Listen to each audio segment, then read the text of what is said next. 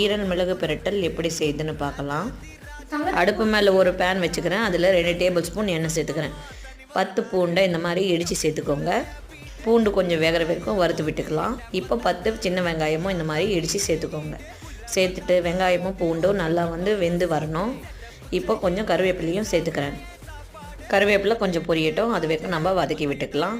இப்போ நான் ஒரு தக்காளியை நல்லா பொடுசாக கட் பண்ணி அதில் சேர்த்துருக்கேன்.